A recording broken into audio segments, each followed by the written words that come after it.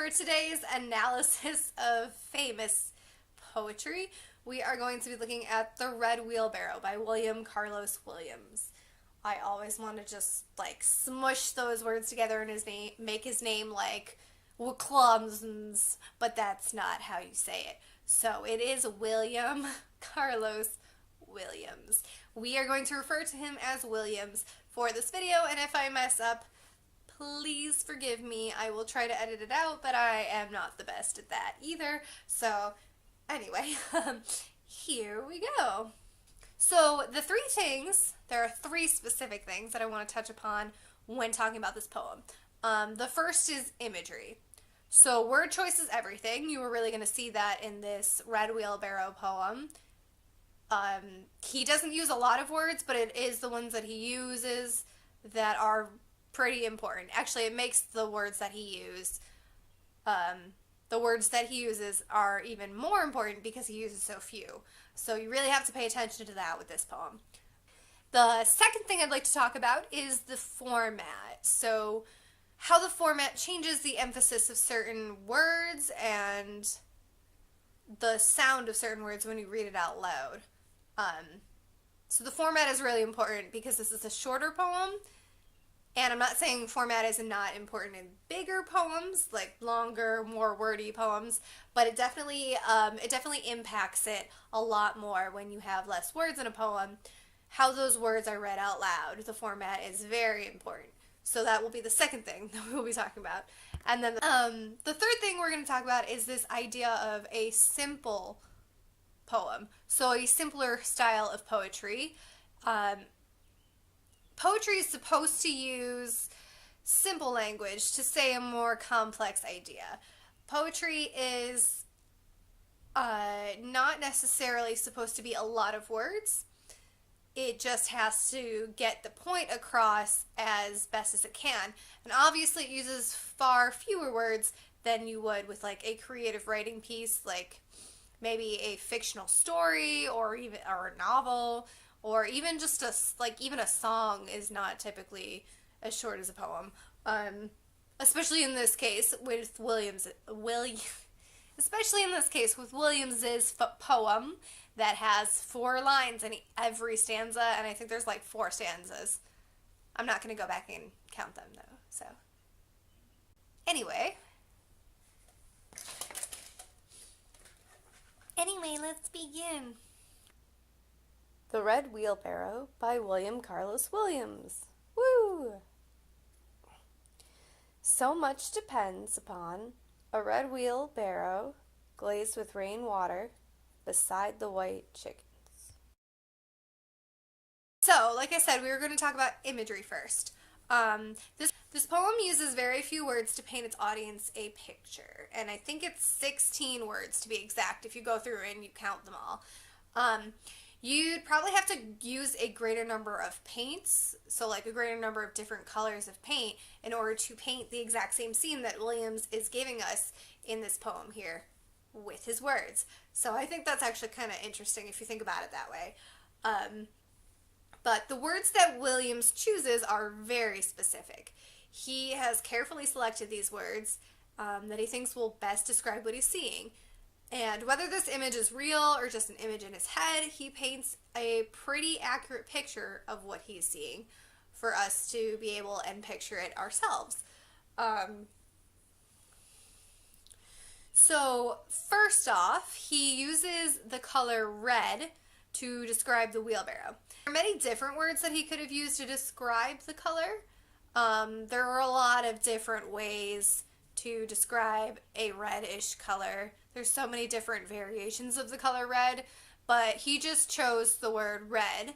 And the reason for that is because he wanted to go with the most simple and most recognizable shade, which is the basic red. He didn't want to go with a fancier shade of red. Also, that would have added more words to his poem if he said like rust red or fire engine red or some poinsettia red, you know. So he went with the most basic one, and I think that is just because it's the most recognizable one, but also that idea of keeping it simple. Red is a 3-letter word, So that's pretty much as simple as you can get to describe that color. Um, so when we think red, we think bright. It's not a dull red or a faded red or even a dark red. He just uses regular red. So we can assume that it is bright. So we're picturing this bright wheelbarrow. And being a wheelbarrow, it is probably made of metal. I don't think I've ever seen a wheelbarrow not made out of metal, but maybe they make them out of plastic too. But either way, it is probably made out of metal, and we can assume that the paint has more of a shine to it. I think if it was made out of plastic nowadays, it would still have kind of a shine to it. And so it has more of that shine than a matte texture. So we can picture this bright red, shiny wheelbarrow. And it's probably smooth and curved, as most wheelbarrows are. And even if you don't live on a farm, you can probably picture a wheelbarrow quite easily. So just saying red wheelbarrow, everybody reading this poem pretty much has an idea in their head of what a red wheelbarrow looks like. So that is how Williams chooses the color red and how it really impacts the poem. It's more of the implied characteristics of the wheelbarrow that really add to that.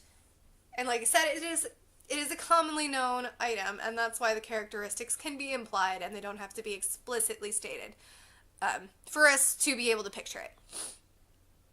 So with just 3 words, those 3 words being red wheelbarrow, Williams has really described so much more than the color and the object, what the object is. His word choice isn't lengthy, and he doesn't tell us exactly what the wheelbarrow looks like, yet we know exactly what it looks like because of all these things. The brightness of the color, the texture of the paint, the shape of the actual wheelbarrow, all of these things that are implied things. And that's very important for a short poem. So Williams chooses a common item that most people can picture easily so that he can use that more simplified language and still get the same idea across to a wider audience. So that next line, glazed with rainwater, that contributes to our image of the wheelbarrow. So not only is the wheelbarrow red and shiny, but it has this extra glaze to it, an extra shine. Again, Williams is using a familiar image of something wet with rainwater. We know that when metal objects, such as wheelbarrows, get rained on, they don't absorb the water. They're not like sponges, they're not like made out of wood, they're not like some kind of weird cloth material that absorbs the water. It actually just kind of runs right off the surface, right? So we can picture that glaze of water from the rain is dripping down the sides of the wheelbarrow, adding that extra shine to it, because again, the image of rain is something that we are familiar with. I don't know a person who hasn't seen it rain.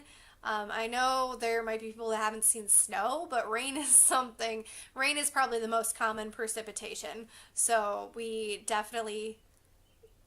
definitely assume, or Williams could assume, that most of his readers would know what rain looked like, especially rain dripping down the side of a wheelbarrow, because again, common items. So the wheelbarrow is not full of water or drenched or even wet. So you could even say that this is probably from a recent rain, that it's not still currently raining in the time that this poem takes place in. While Williams doesn't exactly tell us that, the word glaze really contributes to this idea, to this image of a recent rain, rather than it still being currently raining. If Williams wanted us to think that it was still raining, he might have chosen words that describe the rainfall itself. Was it misted with rainwater, soaking in rainwater, or even something like sitting in rainwater? Those things would imply that it was currently raining still. But again, we get this image of a glaze, which is something that is left on a surface and not something that is constant, like a rain or a mist. Oh, and there are chickens too! White chickens! Yeah, I don't think the color of the chickens is necessarily important because, again, the poem is about the wheelbarrow. It's not about the chickens. But the image of the chickens is important because now we are aware of the fact that we are on a farm or some sort of rural setting. Most likely a farm is where you would find a wheelbarrow next to chickens. It's not very common for people in the city or even in the suburbs. It's less common for people to have chickens in their backyard next to wheelbarrows. So we can assume that this is probably a farm. And now we know why so much depends on the red wheelbarrow. Because on a farm, you need to transport things like soil and seeds and chicken feed. And that's much easier to do with, a wheelbarrow. You guessed it, it was wheelbarrow. 10 points to Ravenclaw. Alright, on to the idea of format. Number 2, format. Blah, blah, blah, blah. Okay, so the format of this poem is pretty simple. And it's definitely intentional that it's so simple. There are only 3 stanzas, and each stanza has 3 words in the first line. So 3 in the first line, and 1 word in the second line. This is definitely putting an emphasis on that last word when you read it out loud.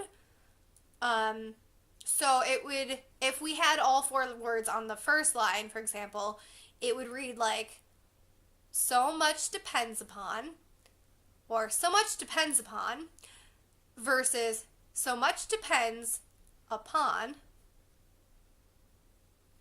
Do you kind of hear that difference? If you say so much depends upon, you're putting more emphasis on the word depends rather than the word upon. And I think that's just basically an artistic choice. It really has to do with how the poet themselves prefers that their work be read out loud, how they want it to sound when they read it, when they or somebody else reads it out loud.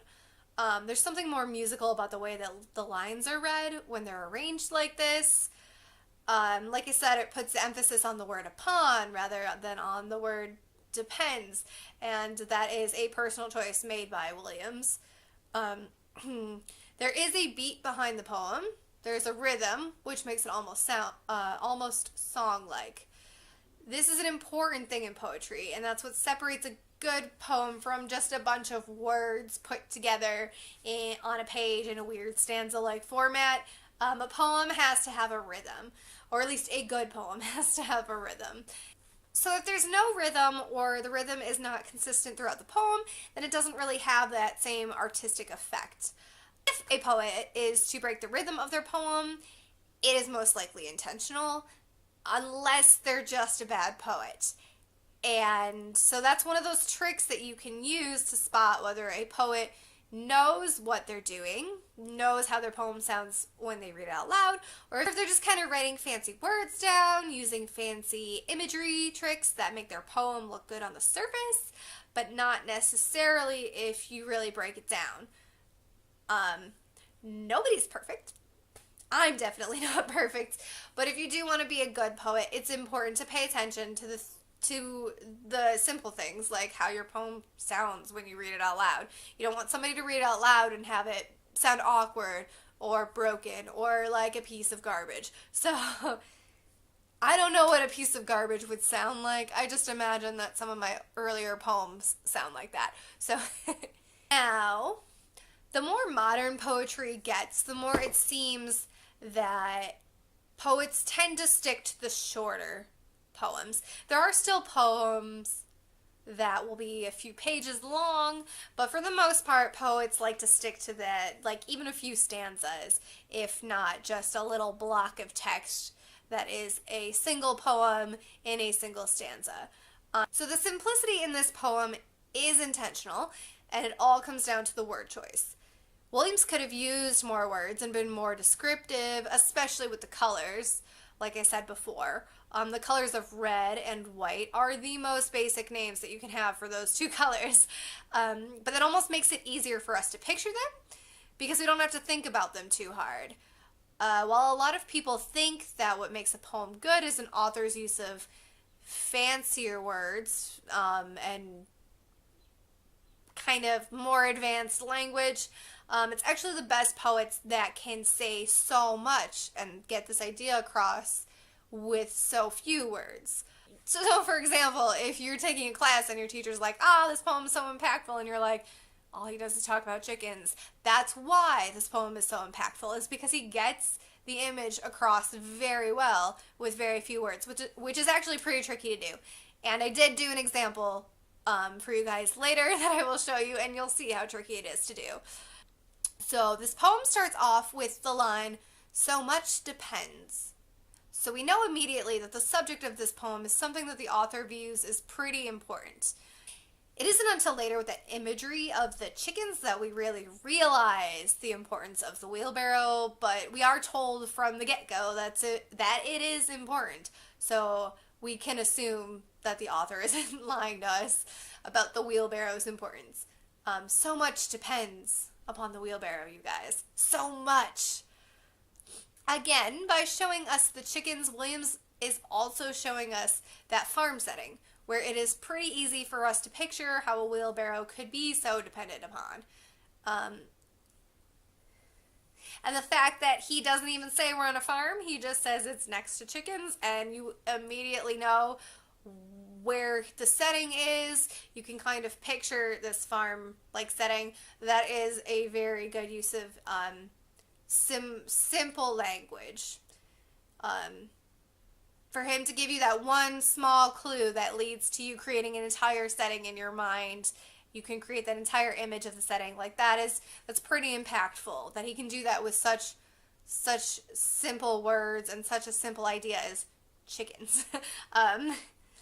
When I think about chickens, I think about chicken wings, but I'm from Buffalo, New York, so I mean, we're all about our chicken wings here. I think about chicken wings on a daily basis, and I'm not lying to you at all. That's like a real thing. Anyway, honestly, the only way to simplify this poem even more would be to take out that third stanza and have it read, "So much depends upon a red wheelbarrow beside the white chickens." And just get rid of that part about the glazed with rainwater, because it's not necessarily important. But as the purpose of a nature object poem like this one is to paint a picture for the reader, it definitely adds to the poem to keep that third stanza in. And that third stanza itself is written so simply, yet it says so much. I touched earlier on why I think that Williams chose the words that he did in order to describe the wheelbarrow in this stanza, and that can relate also to that idea of using simple language. He was very specific with his word choice when it came to using the words like glazed, and that's just it. I give up.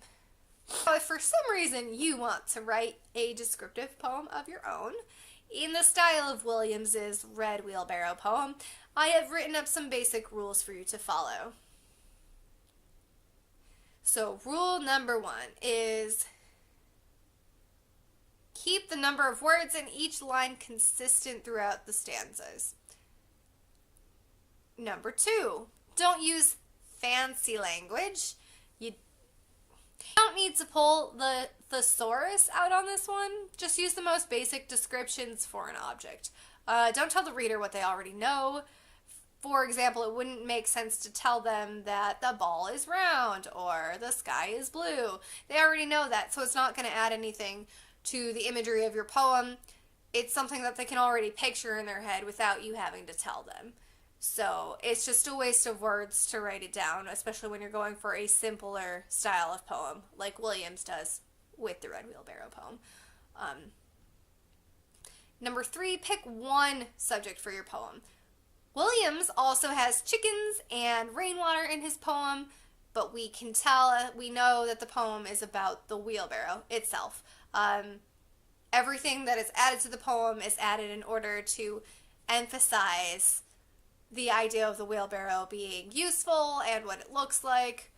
So you can add other things in the poem, but they have to support your main idea of the poem. And Williams's main idea of the poem was that the red wheelbarrow is useful. And that's about it. Rule number 4, why is this object a good subject for a poem? In Williams's poem, we know that the subject is an important tool for completing tasks on a farm. So again, this is mostly implied, but that goes back to the idea of not telling a reader something they already know. If we know that the wheelbarrow is on a farm, then we know that it is also used for transporting things that couldn't otherwise be transported effectively.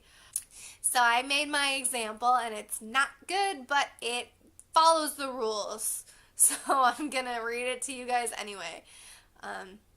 The water is warm in the cup sitting on the table by my bed, but it stays there just in case, next to the bottle of migraine pills. Now this is relevant. So this isn't the best example. I'm not up to Williams's caliber as a poet, but the rules are pretty much all there. The water is warm to imply that it's been sitting out. Okay, I don't have to say end table or nightstand because saying that the table is by my bed implies that it is an end table. It would be a little ridiculous to think that you had your bed next to the kitchen table or next to a coffee table. I did used to live in a studio apartment, and even then my bed was separate from my coffee table. I didn't have a kitchen table, so that was irrelevant anyway.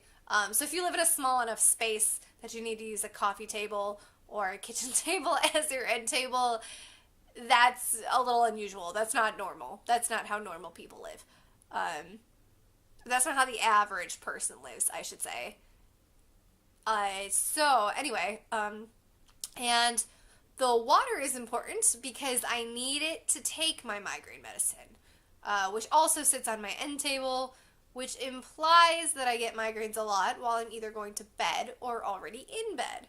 So the fact that it is on my end table next to my bed, you can assume that I am in bed when I take my migraine medicine, or I'm about to get into the bed. Because otherwise, why would I put it next to my bed? I would put it somewhere else. Like, I put it in my kitchen, or I would put it in my living room, or I would put it in my medicine cabinet. But no, it is next to the cup of lukewarm water. It's next to that cup of warm water on my nightstand, and that is because it sits there all the time just waiting for me to get a headache. I don't pour myself a fresh cup of water because sometimes I wake up in the middle of the night and need to take some migraine medicine.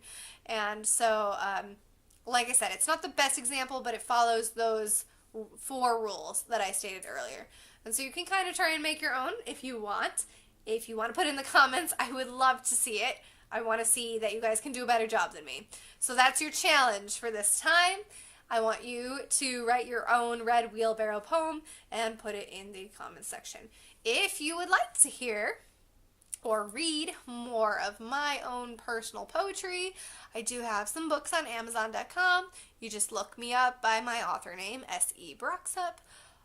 Also, I will post some more videos explaining poems that I have written, and I will post more things on Facebook. I have Instagram, and all the links should be down below. So you can subscribe, you can like, you can link it up to wherever you want to go, as long as it has to do so you can, I don't even know what I'm doing anymore. Alright, so that's it. Tune in next time where we will probably talk about some Emily Dickinson, because I'm feeling some type of way, like I really need to talk about death. Alright, see ya. And as always, I'm going to put the MLA citation in the description of this video, so if you need to cite this video for any reason, for any MLA type of project, you can do that without worry. Hooray!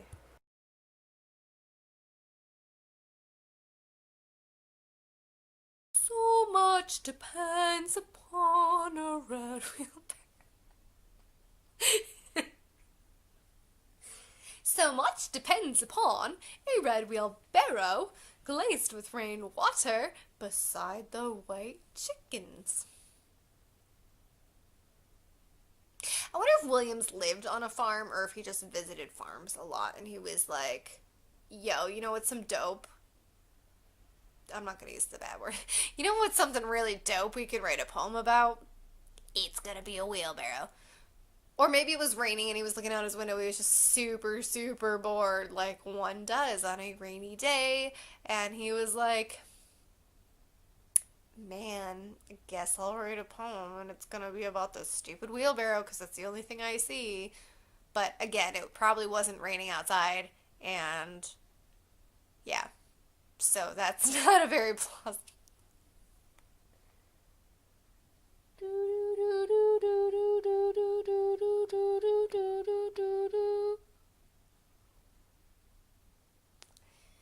Are you getting tired of hanging around here? Is it bringing you down? We've been talking about how we get enough here. Oh, I thought I stopped it.